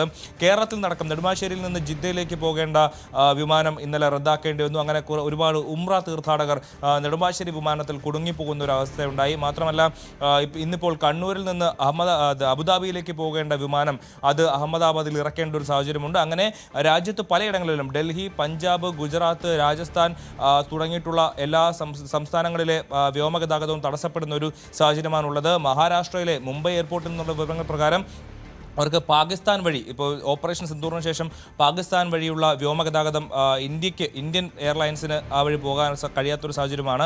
അതുകൊണ്ട് തന്നെ ഇപ്പോൾ ഒരു അനിശ്ചിതത്വത്തിലേക്ക് കാര്യങ്ങൾ പോകുന്നു. അതുകൊണ്ട് എന്താണ് ചെയ്യാൻ കഴിയുക എന്നുള്ള കാര്യത്തിൽ മുംബൈ എയർപോർട്ടും അവരുടെ അതോറിറ്റിയും അതിനെപ്പറ്റി പഠിച്ചുകൊണ്ടിരിക്കുകയാണ്. മാത്രമല്ല വരുന്ന മണിക്കൂറുകളിൽ കൂടുതൽ സംസ്ഥാനങ്ങളിലേക്ക് ഈ കറുത്ത പുക വ്യാപിക്കാനുള്ള ഒരു സാധ്യതയുണ്ട്. ഇതിൽ സൾഫർ ഡയോക്സൈഡ് അടക്കമുള്ള നമുക്ക് മനുഷ്യന് ശ്വസിക്കാൻ ബുദ്ധിമുട്ടുണ്ടാക്കും ചില പദാർത്ഥങ്ങൾ കൂടി ഈ പുകയിൽ അടങ്ങിയിട്ടുണ്ട്. മാത്രമല്ല കല്ലിൻ്റെ കഷ്ണങ്ങളുണ്ട്, ചില്ലുകളുടെ കഷ്ണങ്ങളുണ്ട്, തുടങ്ങിയിട്ടുള്ള കാര്യങ്ങളുള്ളത് കൊണ്ട് തന്നെ വലിയ രീതിയിലുള്ള ബുദ്ധിമുട്ട് ഒരു പക്ഷേ വരും ദിവസങ്ങളിൽ മനുഷ്യർക്ക് ശ്വസിക്കുന്നതിലടക്കം ഉണ്ടാക്കാനുള്ളൊരു സാധ്യതയുണ്ട്. അമ്ലമഴ പെയ്യാനുള്ള ഒരു സാധ്യത കൂടി ഉണ്ടെന്ന് കാലാവസ്ഥാ വകുപ്പ് മുന്നറിയിപ്പ് നൽകുന്നുണ്ട്. എന്തായാലും നിരവധി ഇൻഡിഗോയുടെ 6 വിമാനങ്ങളാണ് ഇന്നലെ മുതൽ രാജ്യത്ത് ക്യാൻസൽ ചെയ്തത്. ആകാശ എയറിൻ്റെ 2 വിമാനങ്ങൾ ക്യാൻസൽ ചെയ്യേണ്ട ഒരു സാഹചര്യമുണ്ടായി. മാത്രമല്ല നിരവധി വിമാനങ്ങൾ ഇപ്പോൾ വഴിമാറ്റിവിടേണ്ട ഒരു സാഹചര്യം കൂടിയാണ് നിലവിലുള്ളത്. കഴിഞ്ഞ 12,000 വർഷമായി ഈ ഒരു ഹെയ്ലി ഗുബി എന്ന് പറയുന്ന ഈ അഗ്നിപർവ്വതം പൊട്ടിയതായിട്ടുള്ള തെളിവുകളൊന്നുമില്ല. അപ്പോൾ ഇത്രയും വർഷങ്ങൾക്ക് ശേഷമാണ് ഇപ്പോൾ ഇത് പൊട്ടിത്തെറിച്ചിരിക്കുന്നത്. എന്നാൽ ഇത് പൊട്ടിത്തെറിച്ചതുമായി ബന്ധപ്പെട്ട് സ്ഫോടനവുമായി ബന്ധപ്പെട്ട് എത്യോപ്യയിലെ പ്രശ്നങ്ങളെല്ലാം കെട്ടടങ്ങിയെങ്കിലും ഇതിൻ്റെ ചാരപ്പുക മറ്റ് രാജ്യങ്ങളെ അറേബ്യൻ സീ അതുപോലെ ചെങ്കടൽ തുടങ്ങിയിട്ടുള്ള മേഖലകളുമായി ചുറ്റിപ്പെട്ട് കിടക്കുന്ന പ്രദേശങ്ങളിൽ വലിയ രീതിയിലുള്ള പ്രശ്നങ്ങൾ ഉണ്ടാക്കുന്നു. യമനിലും ഒമാനിലും വലിയ രീതിയിലുള്ള ജാഗ്രതാ നിർദ്ദേശങ്ങൾ കൂടി പുറപ്പെടുവിച്ചിരിക്കുന്ന ഒരു സാഹചര്യമുണ്ട്. DGCA ഇപ്പോൾ ഇന്ത്യയിലെ വിമാന കമ്പനികൾക്ക് നിർദ്ദേശം നൽകിയിരിക്കുന്നത് പുകയുടെ സഞ്ചാരം, അതെങ്ങോട്ടാണ് പോകുന്നത്, അതിൻ്റെ ഇപ്പോഴത്തെ ഒരു അവസ്ഥ എന്താണ് തുടങ്ങിയിട്ടുള്ള കാര്യങ്ങൾ പരിശോധിച്ച ശേഷം മാത്രമേ ഫ്ലൈറ്റുകൾ ചാർട്ട് ചെയ്യാൻ പാടുള്ളൂ. അതിനനുസരിച്ച് നേരത്തെ ചാർട്ട് ചെയ്തിട്ടുണ്ടെങ്കിൽ ആ ട്രെയിനുകളുടെ ഗതി മാറ്റിവിടുന്നതാണ്. ഏതൊക്കെയാണ് അഭിലാഷ് ഇപ്പോൾ ഇന്ന് റീറൂട്ട് ചെയ്തിരിക്കുന്ന സർവീസുകളൊപ്പം നെടുമ്പാശ്ശേരിയിലെ സാഹചര്യത്തിന് എന്തെങ്കിലും മാറ്റമുണ്ടോ? നെടുമ്പാശ്ശേരിയിൽ വിമാനങ്ങൾ പലതും റദ്ദാക്കിയിരുന്നു, അതിന് മാറ്റമുണ്ടോ? അതോടൊപ്പം തന്നെ ഡൽഹിയിൽ വലിയ തരത്തിൽ ഒരു വായു മലിനീകരണത്തിന് സാധ്യതയുണ്ട് എന്നുള്ള റിപ്പോർട്ടുകൾ വരുന്നുണ്ട്. അവിടെ ഏതെങ്കിലും തരത്തിലുള്ള നിർദ്ദേശങ്ങൾ ഏർപ്പെടുത്തിയിട്ടുണ്ട്? നിരവധി വിമാനങ്ങൾ ഇപ്പോൾ തന്നെ വഴിമാറ്റി വിട്ടിരിക്കുന്ന ഒരു സാഹചര്യമുണ്ട്. നേരത്തെ പറഞ്ഞതുപോലെ കണ്ണൂരിൽ നിന്ന് അബുദാബിയിലേക്ക് പോകേണ്ട വിമാനം അഹമ്മദാബാദിൽ ഇറക്കിയിരിക്കുകയാണ്. ആ വിമാനം ഇനി മുന്നോട്ട് അബുദാബിയിലേക്ക് തിരിച്ചു പോകുമെന്നുള്ള കാര്യത്തിൽ തീർച്ചയില്ല. അവിടെയുള്ള ഇപ്പോൾ അഹമ്മദാബാദിലുള്ള യാത്രികരെ തിരിച്ച് കണ്ണൂരിൽ ഇൻഡിഗോ വിമാനത്തിൽ തന്നെ തിരികെ എത്തിക്കും എന്നുള്ളതാണ് കമ്പനി അറിയിച്ചിരിക്കുന്നത്. ഇതുപോലെ നിരവധി വിമാനങ്ങൾ ഇപ്പോൾ ഒരുപക്ഷെ ഇപ്പോൾ ചാർട്ട് ചെയ്തിരിക്കുന്ന വിമാനങ്ങൾ വരുന്ന മണിക്കൂറുകളിൽ ക്യാൻസൽ ആകാനുള്ള ഒരു സാധ്യത തന്നെയുണ്ട്. അക്കാര്യത്തിലൊന്നും കൃത്യമായ അറിയിപ്പുകളൊന്നും വന്നിട്ടില്ല. പക്ഷേ സാഹചര്യം അനുസരിച്ച് എന്ത് വേണോ ആകാമെന്നുള്ളൊരു രീതിയാണ്. മാത്രമല്ല ഈ പുകപടലങ്ങൾ വളരെ വേഗത്തിൽ സഞ്ചരിക്കുന്നത് കൊണ്ട് തന്നെ കൂടുതൽ സംസ്ഥാനങ്ങളിൽ നിന്നുള്ള വിമാനങ്ങൾ ഒരുപക്ഷെ റദ്ദാക്കാനോ വഴിതിരിച്ചു വിടാനോ ഉള്ള സാധ്യതകളാണ് കാണുന്നത്. അക്കാര്യങ്ങളിലെല്ലാം കൃത്യമായ വിവരങ്ങൾ DGCA ആണ് നൽകുന്നത്. മാത്രമല്ല അതുപോലെ എയർപോർട്ട് അതോറിറ്റിയും വിമാന കമ്പനികളുമാണ് ഇതിൻ്റെ അപ്ഡേറ്റുകൾ നൽകുന്നത്. വിമാനത്തിൽ യാത്ര ചെയ്യാനായിട്ട് ടിക്കറ്റ് ബുക്ക് ചെയ്തിരിക്കുന്നവർ വിമാന കമ്പനികളുമായി ബന്ധപ്പെട്ടുള്ള അറിയിപ്പുകളും നിർദ്ദേശങ്ങളും കൃത്യമായി ശ്രദ്ധിക്കണമെന്നുള്ള ഒരു അറിയിപ്പ് കൂടി, ഒരു നിർദ്ദേശം കൂടി ഇപ്പോൾ വരുന്നുണ്ട്.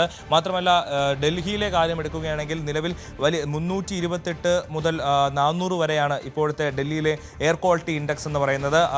അതീവ ഗുരുതരമായിട്ടുള്ള മാലിന്യ പ്രശ്നങ്ങൾ, ശ്വസിക്കുന്നതിനടക്കമുള്ള പ്രശ്നങ്ങൾ ഡൽഹിയിലെ വായു മലിനീകരണത്തിൽ പ്രശ്നമുണ്ട്. അപ്പോൾ ഈ ഒരു സാഹചര്യത്തിലാണ് ഇത്തരത്തിലൊരു പുകപടലം കൂടി വലിയ രീതിയിൽ ഡൽഹിയിലേക്ക് പടർന്നു കയറിക്കുന്നത്. അതുകൊണ്ട് തന്നെ എയർ ക്വാളിറ്റി ഇൻഡെക്സ്, അവിടുത്തെ വായുവിൻ്റെ മലിനീകരണം വലിയ രീതിയിൽ ഉയർന്നിരിക്കുന്ന ഒരു സാഹചര്യമാണ് ഇപ്പോഴും നിലവിലുള്ളത്. അതിനിയും വഷളാകാനുള്ള ഒരു സാധ്യതയാണ് മുന്നിൽ കാണുന്നത്. ഭവ്യ. അഭിലാഷ് രാധാകൃഷ്ണനാണ് വിവരങ്ങൾ നൽകിയത്. വളരെ വേഗം മറ്റ് പ്രധാനപ്പെട്ട തദ്ദേശ തെരഞ്ഞെടുപ്പ് വാർത്തകളിലേക്ക് എത്തണം. ഒരിടവേളയ്ക്ക് ശേഷം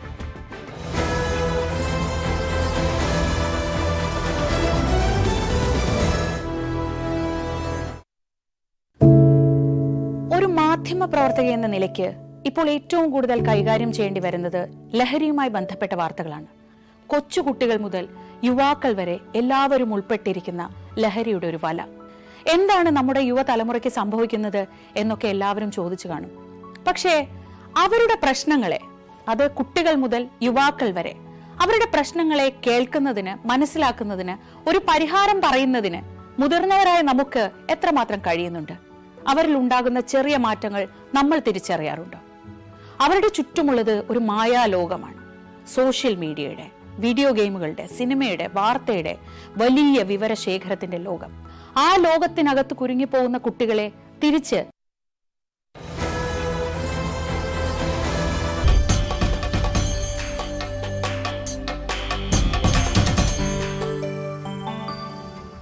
തദ്ദേശ തെരഞ്ഞെടുപ്പ് വാർത്തകൾ. പാലക്കാട് മണ്ണാർക്കാട് PK ശശിയുടെ അനുയായികൾ CPM-നെതിരെ മത്സരത്തിന്. മണ്ണാർക്കാട് നഗരസഭയിലെ 10 വാർഡുകളിൽ വിമതരായി മത്സരരംഗത്തുള്ള ശശി അനുകൂലികൾ ലക്ഷ്യമിടുന്നത് CPM-ന്റെ പരാജയമാണ്. ബ്രാഞ്ചിലേക്ക് തരം താഴ്ത്തപ്പെട്ടെങ്കിലും KTDC ചെയർമാൻ സ്ഥാനത്ത് തുടരുകയാണ് ശശി. വിമതർക്കെതിരെ മറ്റിടങ്ങളിൽ നടപടിയെടുത്ത CPM ശശിക്കെതിരെ നടപടിക്ക് തയ്യാറാകുമോ എന്നതാണ് ചോദ്യം. CV അനുമോദ് വിവരങ്ങളുമായി ചേരുന്നു. അനുമോദ്, എന്തായാലും വിമതരായി മത്സരരംഗത്ത് ശശിയുടെ അനുകൂലികൾ തന്നെയാണുള്ളത്. ഇവർക്ക് ലക്ഷ്യം അത് CPM-ന്റെ പരാജയം തന്നെ. ഏതെങ്കിലും തരത്തിലൊരു നടപടിക്ക് സാധ്യതയുണ്ടോ എന്ന് പ്രതീക്ഷിക്കണം?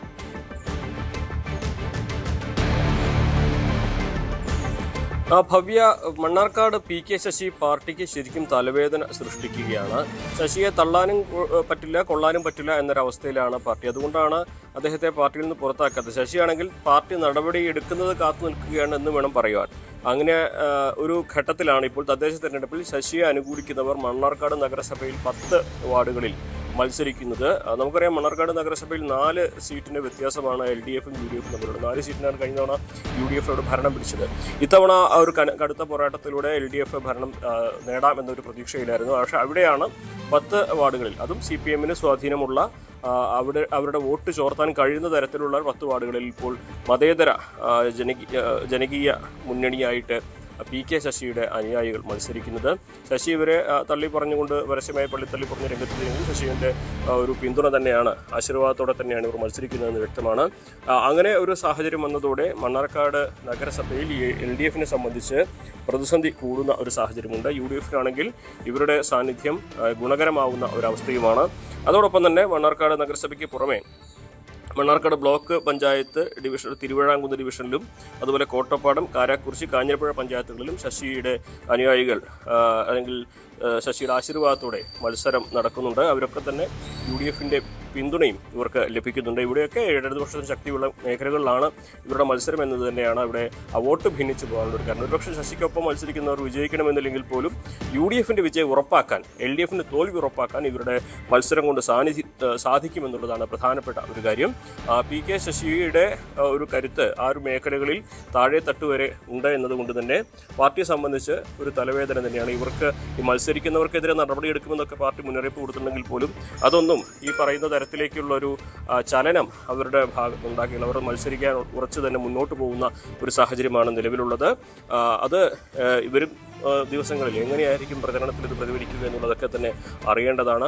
നേരത്തെ പറഞ്ഞ PK ശശി ആവട്ടെ പാർട്ടിക്ക് അകത്തോ പുറത്തോ അല്ലാത്ത ബ്രാഞ്ചിലേക്കാണ് അദ്ദേഹം തരം നടത്തിയത്. പക്ഷേ അദ്ദേഹം ഇപ്പോഴും KTDC-യുടെ ചെയർമാൻ സ്ഥാനത്തുണ്ട്. അതായത് പാർട്ടിക്ക് പൂർണ്ണമായിട്ടും ശശി തള്ളിക്കളയാനാവില്ല. ശശി അങ്ങനെ തള്ളിക്കളഞ്ഞാൽ ശശി UDF-ന്റെ കൂടെ പോവുകയും അത് പാർട്ടിക്ക് വലിയ ക്ഷീണം ഉണ്ടാക്കുകയും ചെയ്യും. അപ്പോൾ ശശി പോവുകയാണെങ്കിൽ പോകട്ടെ എന്ന തരത്തിൽ ഒരു നിലപാടാണ് പാർട്ടി സ്വീകരിച്ചിരിക്കുന്നത്. പക്ഷേ നിയമസഭാ തെരഞ്ഞെടുപ്പിൻ്റെ സമയത്തേക്ക് UDF-ഉമായി എവിടെയെങ്കിലും ധാരണ ഉണ്ടാവുകയാണെങ്കിൽ ശശിയുടെ ശക്തി കേന്ദ്രങ്ങളായിട്ടുള്ള ഷൊർണൂരും ഒറ്റപ്പാലമൊക്കെ ശശിയെ ഒരു പക്ഷേ UDF സ്വതന്ത്രമായി പിന്തുണയ്ക്കാനുള്ള സാധ്യത തള്ളിക്കളയാനാകില്ല.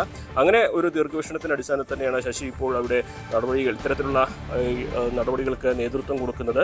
പരോക്ഷമായിട്ട് ഉള്ള പിന്തുണ മത്സരിക്കുന്നവർക്ക് നൽകുന്നുണ്ട്. പക്ഷേ പ്രത്യക്ഷത്തിൽ ശശി അവരെ എതിർക്കുകയും ചെയ്യുന്നുണ്ട്. എന്തുതന്നെയാണെങ്കിലും ഇടതുപക്ഷത്തെ സംബന്ധിച്ച് മണ്ണാർക്കാട് മേഖലയിൽ ഇതൊരു തലവേദനയായി തുടരുന്ന സാഹചര്യമാണ്. പക്ഷേ അവിടെ CPI-യുടെ ഒരു ശക്തി കേന്ദ്രമായതുകൊണ്ട് CPI-യും CPM-ഉം ഇത്തവണ ഐക്യത്തോടെ നിൽക്കുന്നു എന്നുള്ളത് മറ്റൊരു എടുത്തു പറയേണ്ട ഒരു പോസിറ്റീവായിട്ടുള്ള കാര്യമാണ് ഇടതുപക്ഷത്തെ സംബന്ധിച്ച്.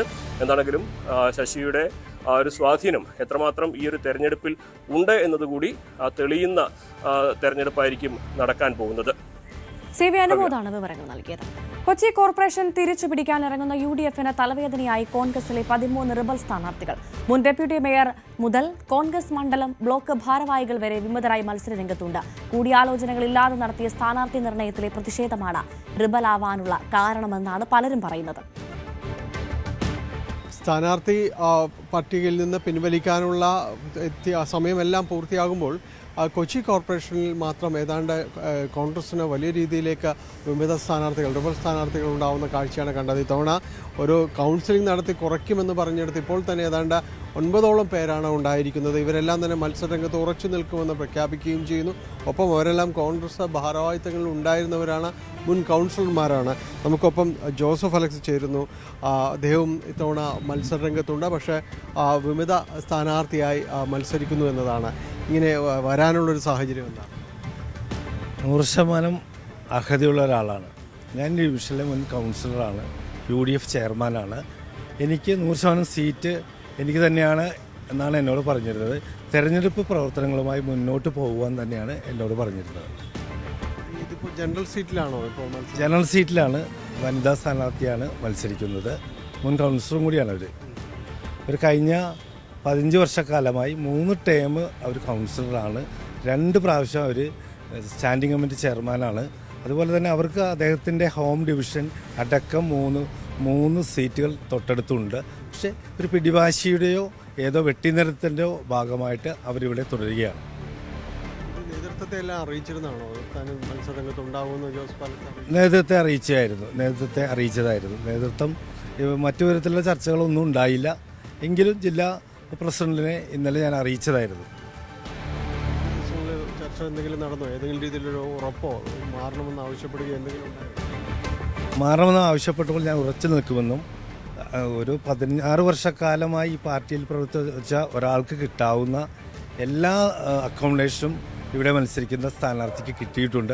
അതുകൊണ്ട് തന്നെ അവരെ പിൻവലിച്ച് എന്നെ സ്ഥാനാർത്ഥിയാക്കണമെന്ന് ഞാൻ ജില്ലാ പ്രസിഡന്റിനോട് ആവശ്യപ്പെട്ടിരുന്നു. ഒന്നും ഉണ്ടായില്ല. ഇന്ന് എന്നെ വിളിക്കാമെന്ന് പറഞ്ഞു. ഇതുവരെ അദ്ദേഹം എന്നെ വിളിച്ചില്ല. 9ഓളം പേരാണ് മത്സരരംഗത്തുള്ള റിബൽസ്. എന്താണ് ഇത്തവണ കുറയുമെന്ന് പറഞ്ഞു, പക്ഷേ ഇത്തവണ കൂടുകയാണ് ഉണ്ടായത്. പൊതുവിൽ അസംതൃപ്തരാണോ ഇപ്പോഴുള്ള ഒരു സ്ഥാനാർത്ഥി നിർമ്മാണത്തിൽ പലരും? നമ്മുടെ അടക്കമുള്ള UDFിൻ്റെ നേതാക്കൾ വൻ മുന്നൊരുക്കമാണ് നടത്തിയത്. പക്ഷേ ചില വ്യക്തി താല്പര്യങ്ങൾ സംരക്ഷിക്കുവാനും ഇല്ലെങ്കിൽ റിബലായി നിൽക്കുന്നവരുമായി ബന്ധപ്പെട്ട് അവരുടെ കാരണങ്ങൾ എന്താണെന്ന് മനസ്സിലാക്കാൻ പോലും നേതൃത്വം തയ്യാറായിട്ടില്ലെന്നാണ് എനിക്ക് മനസ്സിലാക്കാൻ സാധിച്ചത്.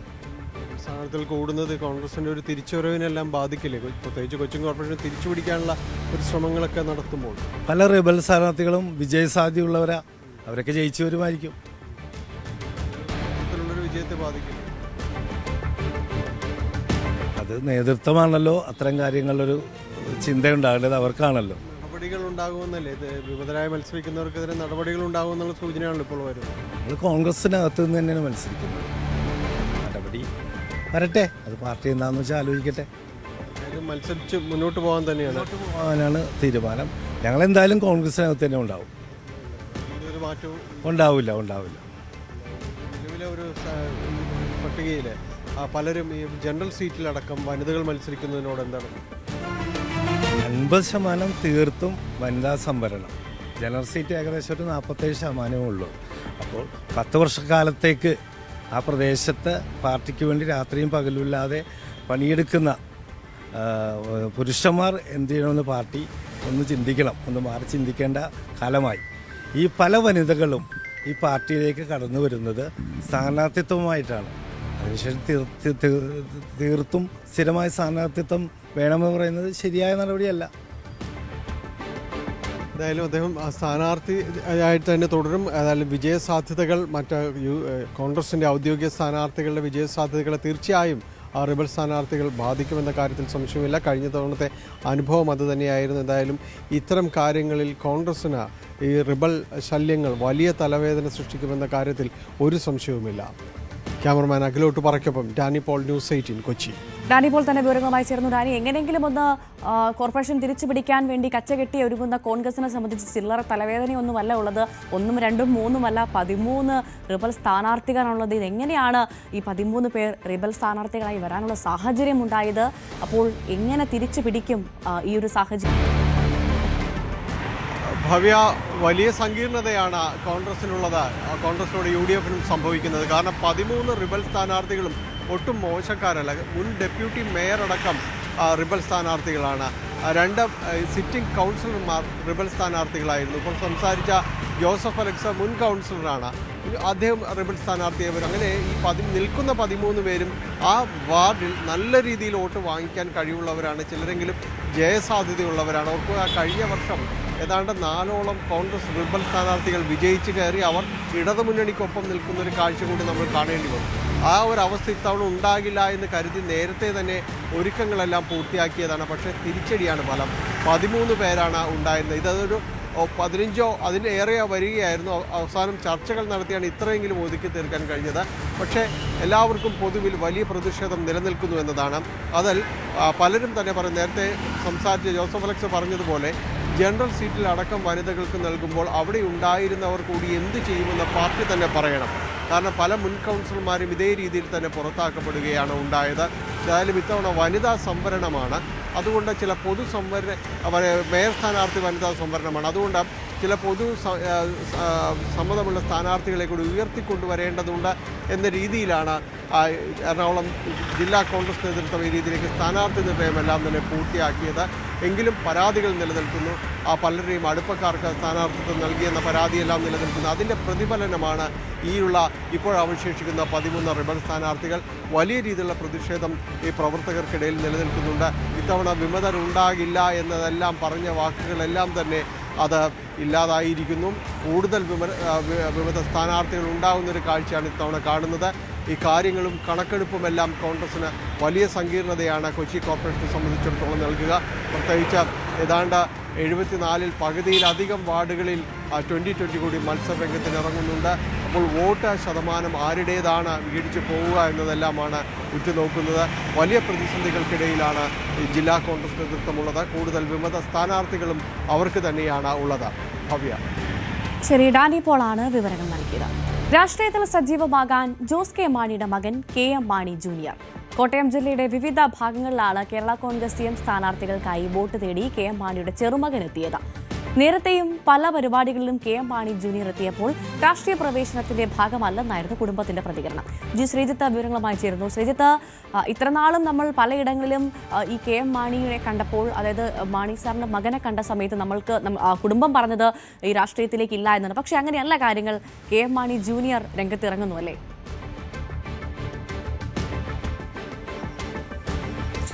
തീർച്ചയായും KM മാണിയുടെ ചെറുമകൻ കളത്തിലിറങ്ങുന്നു എന്നുള്ളതാണ്.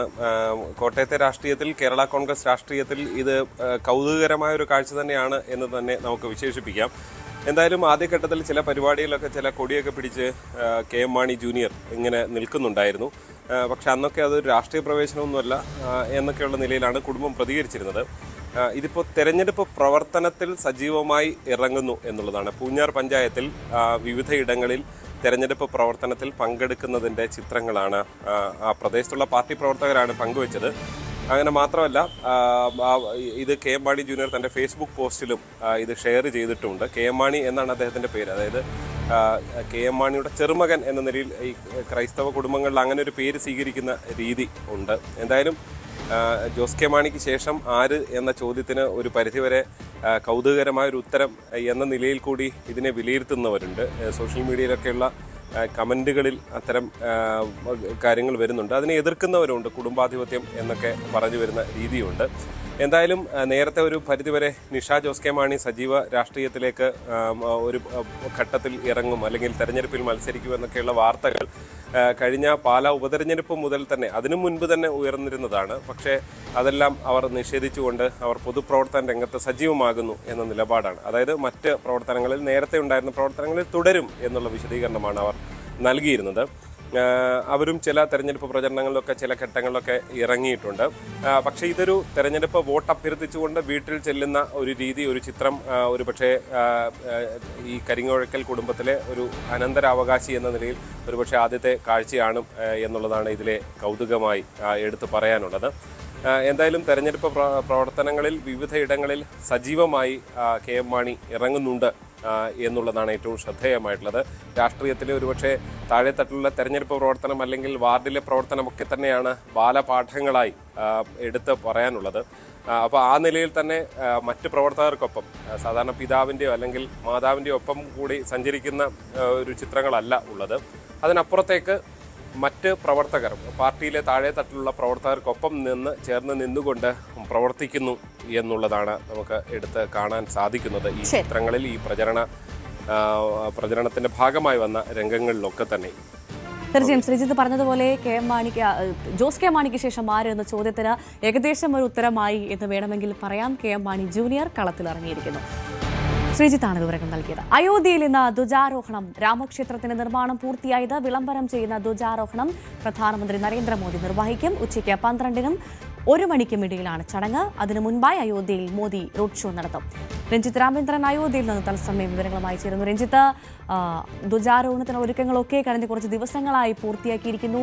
ഇപ്പോഴിതാ പതിറ്റാണ്ടുകളായി പ്രകടന പത്രികയിൽ BJP പറഞ്ഞിരുന്നത് അയോധ്യയിൽ രാമക്ഷേത്രം ഉയരുമെന്നാണ്. ആ വാഗ്ദാനം BJP പൂർത്തീകരിച്ചിരിക്കുന്നു. അവസാന ഒരുക്കങ്ങളും, അതായത് പൂർണ്ണമായും ക്ഷേത്രം വിശ്വാസികൾക്ക് വിട്ടു നൽകാനുള്ള അവസാന തയ്യാറെടുപ്പും ഇന്ന് നടക്കും. പ്രധാനമന്ത്രി എത്തുന്നു. ഒരുക്കങ്ങൾ എവിടെ വരെ എത്തി? പൂർണ്ണമായും സുരക്ഷാ ക്രമീകരണത്തിലായിരിക്കുമല്ലോ അയോധ്യ.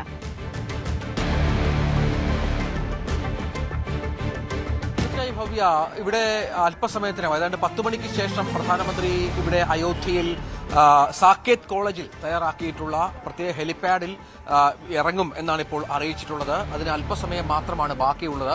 നമുക്ക് ഈ ദൃശ്യങ്ങളിൽ കാണുന്നത് ഈ രാംപത്തിലേക്ക് പോലും മാധ്യമപ്രവർത്തകരെ കടത്തിവിടുന്നില്ല. അതായത് ആ പ്രദേശങ്ങളിലേക്കൊന്നും മാധ്യമപ്രവർത്തകർക്ക് പ്രവേശനമില്ല എന്നുള്ളതാണ് ഏറ്റവും പ്രധാനപ്പെട്ട കാര്യം. അത് കുറച്ചു നേരമായി 9 മണി മുതൽ തന്നെ പൂർണ്ണമായും ഇടവഴികളെല്ലാം ബ്ലോക്ക് ചെയ്ത് കഴിഞ്ഞു. പോലീസിന്റെ, ATSന്റെ ഒപ്പം CRPFന്റെയും മറ്റും നിയന്ത്രണത്തിലാണ് പൂർണ്ണമായും കാര്യങ്ങൾ എന്നുള്ളതാണ് നമുക്ക് കാണാൻ സാധിക്കുന്നത്. അതുകൊണ്ട് തന്നെ പ്രധാനമന്ത്രിയുടെ റോഡ് ഷോ കടന്നു പോകുന്ന ആ വീഥിയാണ് കാണുന്നത്. ഇപ്പോൾ പ്രധാനമന്ത്രി നേരെ വിമാനം ഇറങ്ങി അതിനുശേഷം ഈ 3 കിലോമീറ്ററോളം റോഡ് ഷോയിലൂടെ ആയിരിക്കും അദ്ദേഹം ഹനുമാൻഗഡിയിൽ എത്തുക എന്നാണ് നമുക്ക് മനസ്സിലാകുന്നത്. ഹനുമാൻഗഡിയിൽ എത്തുന്നതിന് മുൻപ് ഈ റോഡ് ഷോ നടത്തും. അതിനുശേഷമാകും അദ്ദേഹം രാംലല്ലയുടെ രാമക്ഷേത്രത്തിലേക്ക് പോവുക. അപ്പോൾ ആ പ്രദേശം മുഴുവൻ പൂർണ്ണമായും ATSന്റെ നിയന്ത്രണത്തിലാണ്. ആന്റി ടെറർ സ്ക്വാഡും കേന്ദ്രസേനയും പൂർണ്ണമായും നിയന്ത്രണത്തിലാക്കി കഴിഞ്ഞു എന്നുള്ളതാണ് ഏറ്റവും പ്രധാനപ്പെട്ട കാര്യം. 3 തലത്തിലുള്ള 3 ടയർ സംവിധാനം സുരക്ഷയ്ക്കായി ഒരുക്കിയിട്ടുണ്ട്. 11 മണിക്കോടുകൂടി അദ്ദേഹം 11-നോടുകൂടി ഇവിടെ രാമക്ഷേത്രത്തിൽ എത്തിച്ചേരുമെന്നാണ് അറിയിച്ചിരിക്കുന്നത്. അതിനുശേഷമാണ് ഏറ്റവും പ്രധാനപ്പെട്ട ചടങ്ങായ ധ്വജാരോഹണം നടക്കുക. 11:58-നും 1 മണിക്കും ഇടയ്ക്കാണ് ഈ ചടങ്ങുകൾ നടക്കുക. 101 ആചാര്യന്മാർ ഈ ചടങ്ങുകൾക്ക് കാർമ്മികത്വം വഹിക്കുന്നുണ്ട്. RSS മേധാവി മോഹൻ ഭാഗവത്, പ്രധാനമന്ത്രി നരേന്ദ്രമോദി, ഒപ്പം UP മുഖ്യമന്ത്രി യോഗി ആദിത്യനാഥ് എന്നിവർ ഈ ചടങ്ങിന്റെ ഭാഗമാകുന്നു. അതിൽ മുഖ്യമായും അതിഥിയായി എത്തിയിരിക്കുന്ന പ്രധാനമന്ത്രി തന്നെയാണ്. അദ്ദേഹമാണ് 11 അടി ഉയരമുള്ള ധ്വജം 191 അടി ഉയരമുള്ള ഗോപുരത്തിൽ ഉയർത്തുക എന്നുള്ളതാണ്. നമ്മൾ നേരത്തെ വാർത്തകളിലൊക്കെ പറഞ്ഞതുപോലെ ഏറെ പ്രത്യേകതയുള്ള ഒരു ധ്വജമാണ്, കാവിക്കൊടിയാണ്. അതിന് സൂര്യന്റെ രൂപമുണ്ടാകും. ഒപ്പം കാറ്റിനെയും മറ്റും പ്രതിരോധിക്കാൻ പറ്റിയ വലിയ സംവിധാനത്തോടു കൂടിയാണ് ആ ധ്വജം ഒരുക്കിയിരിക്കുന്നത്. 3 വർഷം ആയുസ്സുള്ള തുണി കൊണ്ടാണ് ഈ ധ്വജം നിർമ്മിച്ചിരിക്കുന്നത് എന്നുള്ളതാണ്. അതായത് വലിയ കാറ്റ്, മഴ, ഇടിമിന്നലൊക്കെ വന്നാൽ പോലും പ്രതിരോധിക്കാൻ പറ്റുന്ന വിധത്തിലുള്ള ഒരു ധ്വജമാണ്. അതിന് പ്രത്യേക കൺട്രോൾ ഉണ്ടാകും അയോധ്യ ക്ഷേത്രത്തിൽ തന്നെ. അതിന് പ്രത്യേക ഉദ്യോഗസ്ഥരുണ്ടാകും നിയന്ത്രിക്കാൻ. അങ്ങനെ ഒരുപക്ഷെ ഇന്ത്യയിൽ ആദ്യമായി തന്നെയാകും ഇത്തരമൊരു ധ്വജം ഒരു ക്ഷേത്രത്തിന് മുകളിൽ ഉയരുക എന്നതുകൂടി ഇതിനോട് ചേർത്ത് വെക്കേണ്ടി വരും. ഏതായാലും 11:58-നും 1 മണിക്കും ഇടയ്ക്കാണ് ഈ ചടങ്ങ് നടക്കുക. അത് 101 ആചാര്യന്മാർ, അത് കാശി, രാമേശ്വരം, ഒപ്പം ദക്ഷിണേന്ത്യയിൽ നിന്ന് മറ്റുമുള്ള 101 ആചാര്യന്മാർ ഇതുമായി ബന്ധപ്പെട്ടുള്ള കാര്യങ്ങൾക്ക് നേതൃത്വം നൽകുമെന്നാണ് അറിയിച്ചിരിക്കുന്നത്. അതിനുശേഷം പ്രധാനമന്ത്രി ഈ ക്ഷേത്ര നിർമ്മാണവുമായി ബന്ധപ്പെട്ടുള്ള ശില്പികൾ, അതിൽ ഉൾപ്പെട്ടിട്ടുള്ള പണിക്കാർ എന്നിവരുമായി ആശയവിനിമയം നടത്തും എന്ന വിവരം കൂടി ഇപ്പോൾ നമ്മളോട് പറഞ്ഞിട്ടുണ്ട്. അത് പ്രധാനപ്പെട്ട ഒരു കാര്യമാണ്. അത്തരത്തിൽ അതിനുശേഷം അദ്ദേഹം ഏറ്റവും നിർണായകമായ പല ചർച്ചകളിലും യോഗങ്ങളിലും മറ്റും പങ്കെടുക്കും എന്നും അറിയിച്ചിട്ടുണ്ട്. ഏതായാലും ഇപ്പോൾ കാണുന്നതൊക്കെ മാധ്യമപ്രവർത്തകരെയൊക്കെ കടത്തിവിടാതെ റെസ്ട്രിക്ട് ചെയ്യുന്ന സംവിധാനം തന്നെയാണ്. ഒരു മാധ്യമപ്രവർത്തകരെ, അതായത് നമുക്ക് നേരത്തെ ഈ പാസ് തന്നപ്പോൾ പ്രധാനമന്ത്രിയുടെ പരിപാടി കവർ ചെയ്യാനുള്ള എല്ലാ സംവിധാനവും ഒരുക്കുമെന്ന് പറഞ്ഞിരുന്നു. ഇപ്പോൾ ഇന്ന് മുതൽ തന്നെയാണ് ഏറ്റവും വലിയ റെസ്ട്രിക്ഷൻസ് വന്നിരിക്കുന്നത് എന്നുള്ളതാണ്. അങ്ങനെ എല്ലാ ക്രമീകരണങ്ങളും പൂർത്തിയായി കഴിഞ്ഞിരിക്കുന്നു. വളരെ ആവേശത്തിലാണ്, ഭക്തിനിർഭരമാണ് അയോധ്യയും പരിസര പ്രദേശവും.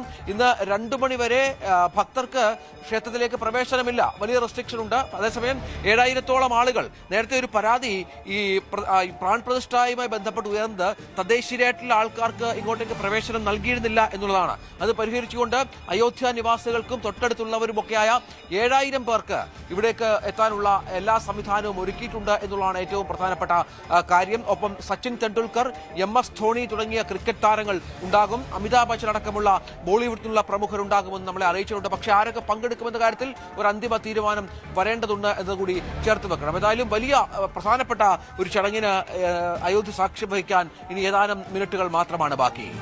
തീർച്ചയായും രഞ്ജിത്ത്, അയോധ്യയിലും വലിയ മുഖമായി പ്രധാനമന്ത്രി നരേന്ദ്രമോദിയെ BJP ഉയർത്തിക്കാട്ടിയത് രാമക്ഷേത്രത്തിന് തുടക്കം മുതൽ, ആ പണി തുടങ്ങിയത് മുതൽ നമ്മൾ കണ്ടതാണ്. ഇപ്പോൾ അവസാനം ആ ധ്വജാരോഹണം നടക്കുന്ന സമയത്ത് പോലും പ്രധാന മുഖമായി പ്രധാനമന്ത്രി നരേന്ദ്രമോദി തന്നെ നിൽക്കുമ്പോൾ വരാനിരിക്കുന്ന ഉത്തർപ്രദേശ് തെരഞ്ഞെടുപ്പിലും ഈ അയോധ്യ, ഈ രാമക്ഷേത്രം ഒരു വലിയ തെരഞ്ഞെടുപ്പ് വിഷയമാവില്ലേ? ഈ രാമക്ഷേത്രം ആ തെരഞ്ഞെടുപ്പിനെ സ്വാധീനിക്കില്ലേ? ഏറ്റവും പ്രധാനമായി നമുക്കറിയാം, കഴിഞ്ഞ 2 തെരഞ്ഞെടുപ്പിലും ഉത്തർപ്രദേശിൽ മൃഗീയ ഭൂരിപക്ഷത്തിൽ BJP ജയിച്ചപ്പോൾ ഈ രാമക്ഷേത്രം, അയോധ്യ ഒരു പ്രധാന വിഷയമായിരുന്നു. അങ്ങനെയാകുമ്പോൾ ഇനിയും വരുന്ന തെരഞ്ഞെടുപ്പിലും ഇതൊരു പ്രധാന തെരഞ്ഞെടുപ്പ് ആയുധമാക്കി BJP ഉപയോഗിക്കില്ലേ? പ്രാൺപ്രതിഷ്ഠാ ചടങ്ങിലും പ്രധാനമന്ത്രി നരേന്ദ്രമോദി തന്നെയായിരുന്നു ഇവിടെ മുഖ്യ ആചാര്യനായി ഉണ്ടായിരുന്നത് എന്ന് ചേർത്ത് വെക്കണം. അതേ പ്രധാനമന്ത്രി തന്നെ ഇവിടെ ഇപ്പോൾ ധ്വജാരോഹണ ദിവസവും അദ്ദേഹത്തിന്റെ സാന്നിധ്യമുണ്ട്. ഇന്നിപ്പോൾ ഇവിടെ ഉയർന്നിരിക്കുന്ന ഹോർഡിങ്സുകളായാലും ഇവിടെ ഉയർന്നിരിക്കുന്ന എല്ലാ ബോർഡുകളിലും പ്രധാനമന്ത്രിയുടെ ഫോട്ടോ തന്നെയാണ്, പടം തന്നെ.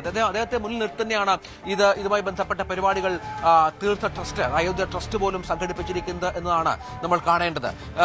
നേരത്തെ ഭവ്യ പറഞ്ഞതുപോലെ നിയമസഭാ തെരഞ്ഞെടുപ്പുകളിലൊക്കെ ഉജ്ജ്വല വിജയം നേടിയെങ്കിൽ പോലും നമുക്കറിയാം ഈ അയോധ്യയുടെ പ്രാൺപ്രതിഷ്ഠാ ചടങ്ങ് നടന്നു കഴിഞ്ഞുള്ള ലോക്സഭാ തെരഞ്ഞെടുപ്പിൽ ഈ അയോധ്യ ഉൾപ്പെടുന്ന ലോക്സഭാ മണ്ഡലത്തിൽ പോലും BJP പുറകോട്ട് പോകുന്നു. UP-യിൽ അവർക്ക് നഷ്ടപ്പെട്ടത് വിലപ്പെട്ട 30 സീറ്റുകളാണ്. ഒരുപക്ഷെ UP-യിൽ ആ സീറ്റുകൾ ലഭിച്ചിരുന്നെങ്കിൽ ഇന്ന് കേന്ദ്രത്തിൽ BJP-ക്ക് ഉണ്ടാകുന്ന ഒരു പ്രതിസന്ധി, ഭൂരിപക്ഷ കുറവ് കൊണ്ടുള്ള പ്രതിസന്ധി ഒരുപക്ഷെ ഉണ്ടാകുമായിരുന്നില്ല.